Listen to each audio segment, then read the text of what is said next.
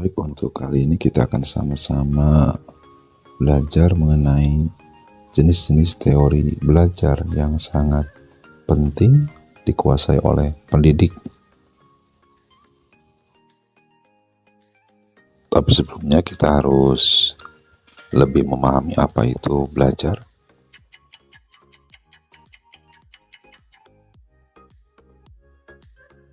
Menurut para ahli pendidikan, belajar adalah proses untuk mengenali, memahami, dan mengaplikasikan dalam kehidupan mengenai cara atau teknik yang bermanfaat dan dianggap sebagai sebuah proses positif bagi manusia. Nah, langsung saja kita kepada jenis-jenis teori belajar.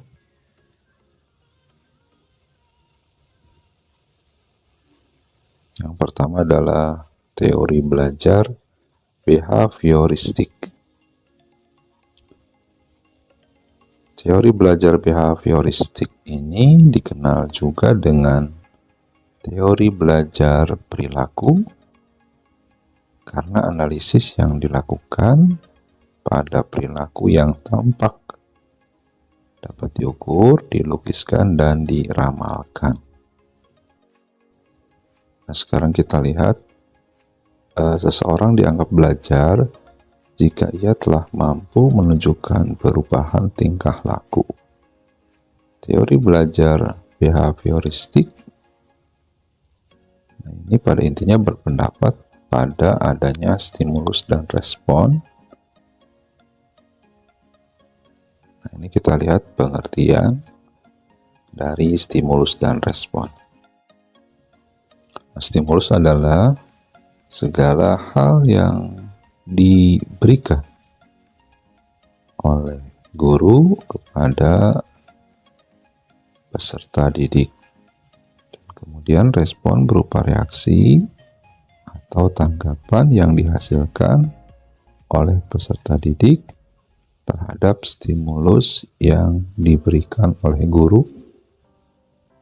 Nah, inti teori dari teori belajar behavioristik yaitu bahwa pembelajaran dan evaluasi pada teori behavioristik menekankan pada hasil dan evaluasi menuntut satu jawaban yang benar.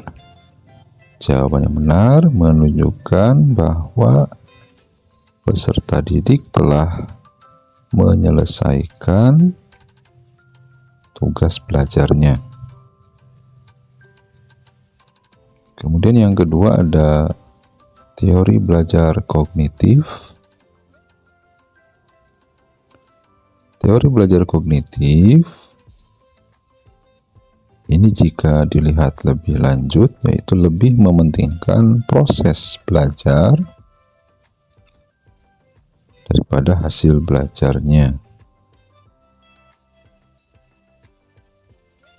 Nah, teori ini berpandangan bahwa belajar merupakan suatu proses internal yang mencakup ingatan, retensi, pengolahan informasi, emosi, dan aspek-aspek kejiwaan lainnya.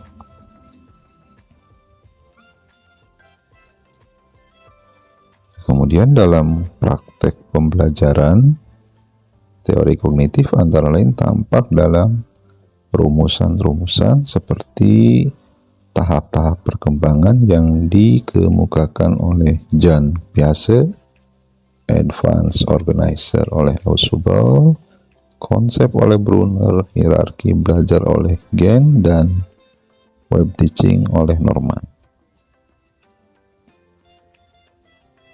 Kemudian kita lihat inti teori dari teori belajar kognitif.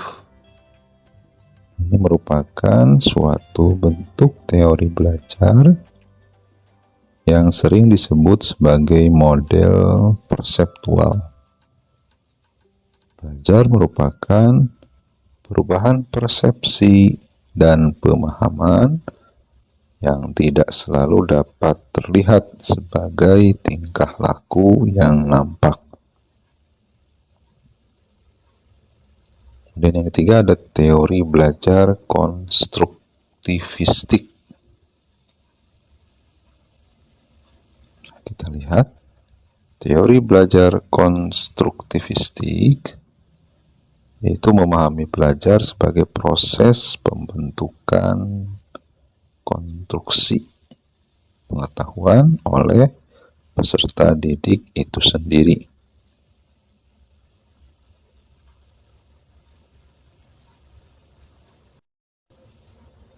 Peserta didik harus aktif selama kegiatan pembelajaran, aktif berpikir, menyusun konsep, dan memberikan makna tentang hal-hal yang sedang dipelajari.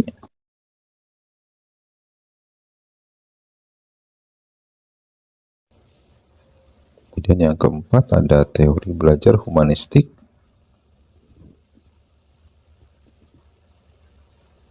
Nah, kita lihat apa itu teori humanistik.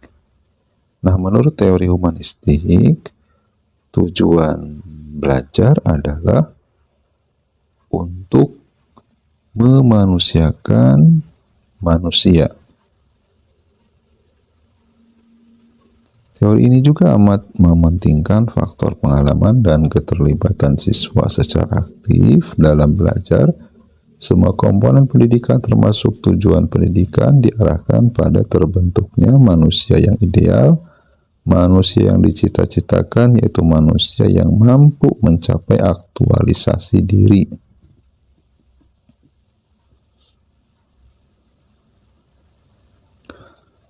Nah, proses belajar pada teori humanistik dianggap berhasil jika siswa telah memahami lingkungan dan dirinya sendiri. Sekarang kita lihat inti dari teori belajar humanistik. Nah, pada prinsipnya teori belajar humanistik sifatnya lebih abstrak ya, dan lebih mendekati bidang kajian filsafat,